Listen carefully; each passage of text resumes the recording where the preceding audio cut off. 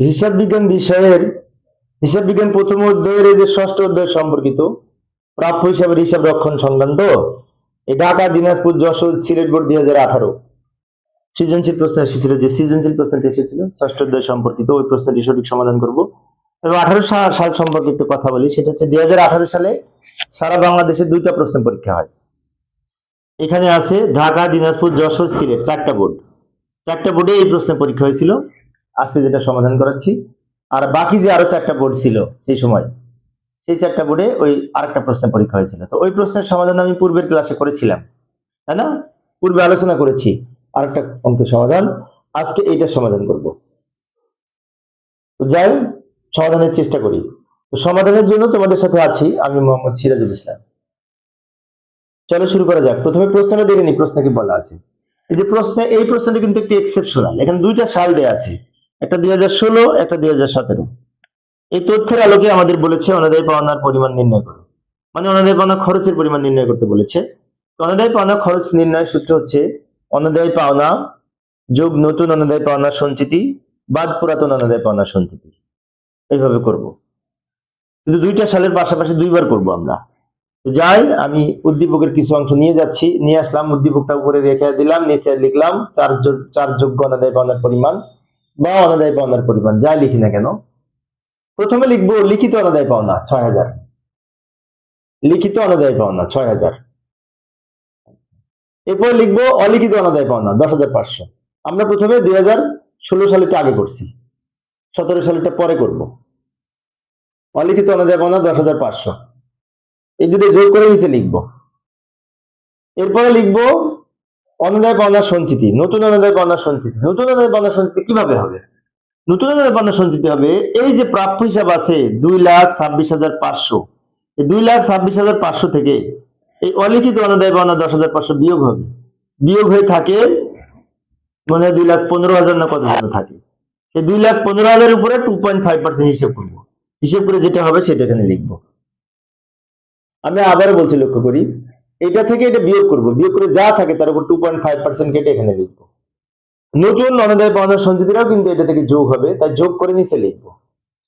এখান থেকে বাদ যাবে বাদ পুরাতন। পুরাতনটা অঙ্কের মধ্যে দেয়া থাকবে, বের করার প্রয়োজন হবে না। পুরাতনটা দেয়া আছে, এই যে অনাদায়ী পাওনা সঞ্চিতি এই সবার উপরে দেয়া আছে 12,000 টাকা। 2016 সালে পুরাতন অনাদায়ী পাওনা সঞ্চিতি দেয়া আছে 12,000 টাকা। এখন অনেক শিক্ষার্থীর মনে হতে পারে এখানে তো পুরাতন লেখা নেই। না, পুরাতন লেখা থাকে না, 1 তারিখ দেয়া থাকে। 1 তারিখ থাকলে বুঝতে হবে এটি পুরাতন। তো এটা বিয়োগ করবো, বিয়োগ করে যেটা হবে সেটা নিচে লিখবো। এটা হচ্ছে অনাদায়ী পাওনা খরচ, এই 2016 সালের হলো। এবার 2017 সালের করবো। 2017 সালের লিখিত অনাদায়ী পাওনা নাই, তাই এখানে লিখবো না। কিন্তু অলিখিত অনাদায়ী পাওনা আছে 4,500, ওইটা লিখবো। 4,500 ওইটা নিচে লিখে দিব যোগ করে, মানে উপরে লিখিত অনাদায়ী পাওনা এখানে ফাঁকা ছিল না। এরপরে নতুন কত হবে, তাই না? নতুন হবে এই যে 1,54,000, 1,55,400 টাকা দেনা যা ছিল প্রাপ্য হিসাব, এখান থেকে এই 4,500 বিয়োগ করে যা থাকে তার উপরে 5%, সরি 5,400 বিয়োগ করে, এটা থেকে এটা বিয়োগ করলে হবে 1.5 লাখ। 1.5 লক্ষ টাকার উপরে 5% হিসেব করলে 7,500 হয়। এবার এটা আর এটা যোগ করে এখানে লিখবো।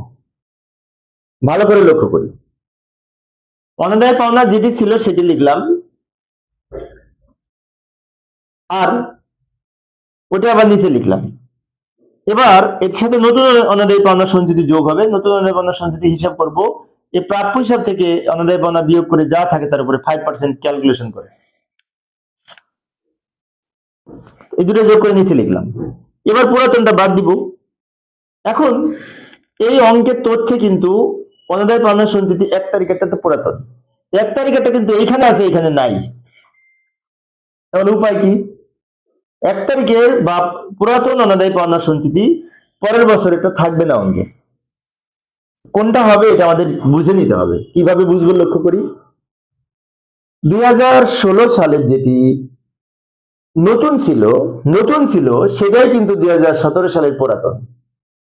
আমি আবারও বলছি, পুরাতন অনাদায়ী পাওনা সঞ্চিতি যদি 2 বছর থাকে তো পরের বছরের পুরাতন অনাদায়ী পাওনা সঞ্চিতি অঙ্কে নাও দেয়া থাকতে পারে, থাকবে না। এটাই মনে রাখবো আমরা। না থাকলে পারে আমাদের কিভাবে বুঝবো, সেটি হচ্ছে গত বছরের নতুন অনুদায়ী পাওনা সঞ্চিতি এই বছরের পুরাতন। তার মানে কি 2016 সালের যেটি নতুন অনুদায়ী পাওনা সঞ্চিতি ছিল সেটা 2017 সালের পুরাতন, তাই এটা এখানে চলে আসবে। এবার এটা থেকে এটা বিয়োগ করে এখানে লিখব। এই হচ্ছে আমাদের ক নম্বরের অনুদায়ী পাওনা খরচ হিসাবভুক্ত করলাম। আবার উদ্দীপকে যাব, খ নম্বরে কি বলেছে দেখব। খ নম্বরে বলেছে অনুদায়ী পাওনা সঞ্চিতি হিসাব প্রস্তুত করো। তো অনুদায়ী পাওনা সঞ্চিতি হিসাবে ছক অঙ্কন করব। আবার তারপরে গ নম্বরে বলেছে অনুদায়ী পাওনা হিসাব প্রস্তুত করো। যাই, অনুদায়ী পাওনা সঞ্চিতি হিসাবে ছক অঙ্কন করলাম। এই যে এইটুকু হচ্ছে গ নম্বরের আংশিক, এখানে গ হবে। যাই হোক, অনুদায়ী পাওনা সঞ্চিতি হিসাবটা খ নম্বর, এটি খ নম্বর। অনুদায়ী পাওনা সঞ্চিতি হিসাব আমরা ছক দেখে করবো, ছক দেখে। এই যে উপরে ছকটা কিন্তু ক নম্বরের অংশ নিয়ে এসেছি আমি, ওটা দেখে দেখে এই অনুদায়ী পাওনা সঞ্চিতি হিসাব প্রস্তুত করব। অনুদায়ী পাওনা সঞ্চিতি প্রথমেই ব্যালেন্স বিডি বলে অঙ্কের মধ্যে একটা টাকা ছিল, ওইটা লিখবো ক্রেডিট দিকে। 12,000 টাকা প্রশ্নে দেয়া ছিল 2016 সালের ব্যালেন্স বিডি 12,000 টাকা প্রশ্নে দেয়া ছিল, সেটা লিখলাম 1 তারিখে ব্যালেন্স বিডি বলে। এরপরে আমাদের এই যে অনুদায়ী পাওনা 6,000 টাকা, ওইটা নিয়ে জাবেদা হচ্ছে অনুদায়ী পাওনা সঞ্চিতি ডেবিট, প্রাপ্য হিসাব ক্রেডিট।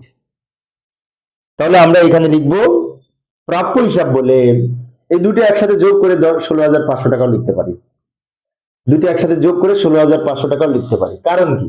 কারণ এই অনুদায়ী পাওনা আর নতুন অনুদায়ী পাওনা দুইটার জাবেদা সেম, দুইটার জাবেদা হচ্ছে এই অনুদায়ী পাওনা সঞ্চিতি ডেবিট, প্রাপ্য হিসাব ক্রেডিট সেম, যেহেতু জাবেদা একবারে প্রাপ্য হিসাব বলে এই টোটাল টাকাটা লিখতে পারি ডেবিট দিকে।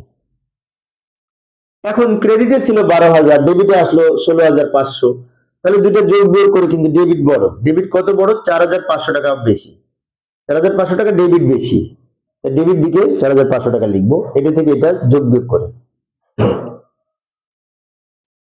এটা নিয়ে একটা জাবেদা।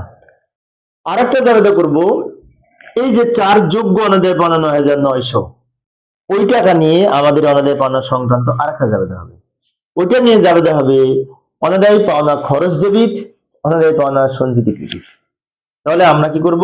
অনুদায়ী পাওনা খরচ বলে এই 9,900 টাকা ক্রেডিট দিকে লিখবো, কারণ এই টাকাটার জন্য জাবেদা হচ্ছে অনুদায়ী পাওনা খরচ ডেবিট, অনুদায়ী পাওনা সঞ্চিতি ক্রেডিট। তাই অনুদায়ী পাওনা সঞ্চিতি ক্রেডিট দিকে না টাকা লিখলাম, নাম লিখলাম অনুদায়ী পাওনা খরচ। আবার যোগ বিয়োগ করব। এখানে আমাদের এই ক্রেডিট ডেবিট দিকে ছিল 4,500 আর ক্রেডিটে হচ্ছে 9,900। ডেবিট ক্রেডিট যোগ বিয়োগ করে ক্রেডিট দিক বড়, কত টাকা বড়? এই দুটোর পার্থক্য, যত টাকা পার্থক্য সেটা ক্রেডিট দিকে লিখে দিব। 5,400 টাকা হলো। এটা হচ্ছে 2016 সালের। এখন 2017 সালেও করতে হবে, এরকম আর একটা সেট হবে, আরেকটা সেট হবে, ঠিক আছে। কিন্তু 2017 সালের ব্যালেন্স বিডিটা আর লিখবো না। কেন লিখবো না? কারণ 2017 সালের 2016 সালের যেটি সমাপনী উদ্বৃত্ত, সেটাই 2016 সালের প্রারম্ভিক।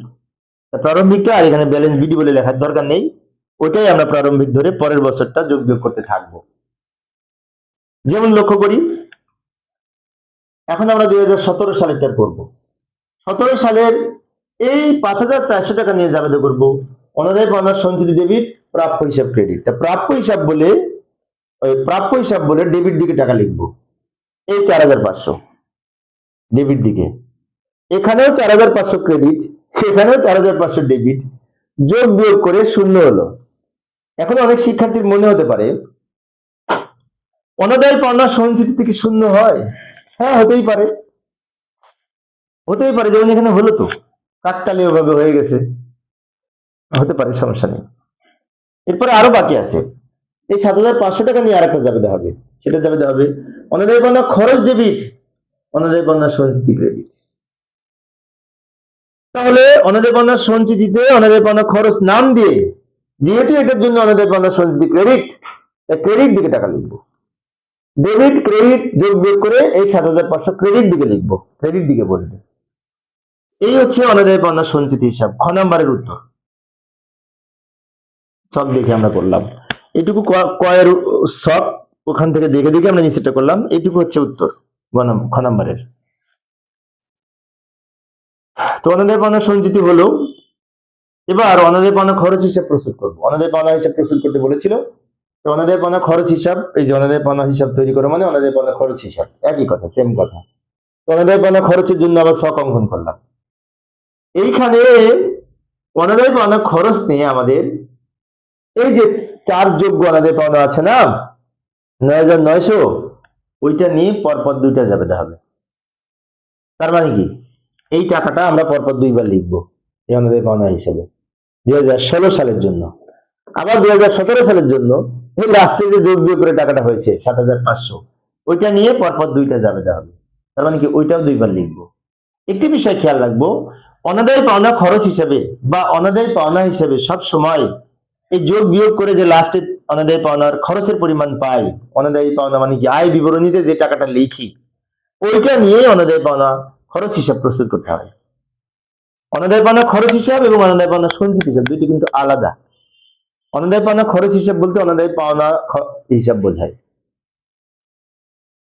এবার সমাধান করব।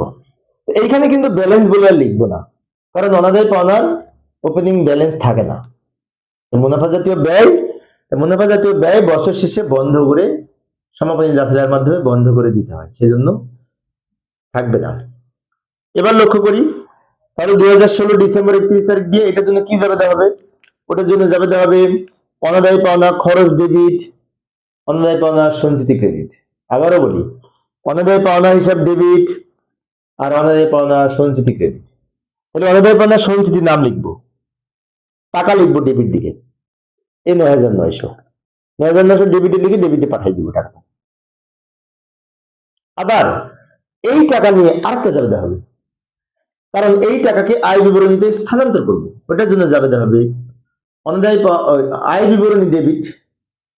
তার মানে কি আয় বিবরণীর নাম লিখবো, আয় বিবরণী ডেবিট, অনাদায় পাওনা ক্রেডিট। তো আয় বিবরণীর নাম লিখে অনাদায় পাওনার ক্রেডিট দিকে টাকা লিখবো, সেম টাকা, ডেবিট থেকে ক্রেডিট বিয়োগ করে 0 হবে।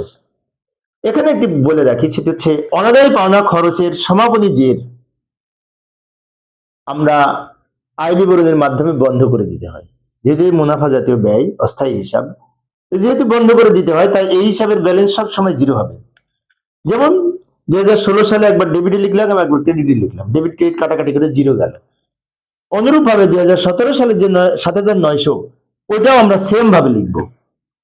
তাহলে 2017 সালের ডিসেম্বর 31 তারিখ দিয়ে এই ৭৫০০ টাকাও নিয়েও কিন্তু জাবেদা হবে অনাদায় পাওনা খরচ হিসাব ডেবিট, অনাদায় পাওনা সঞ্চিত হিসাব ক্রেডিট।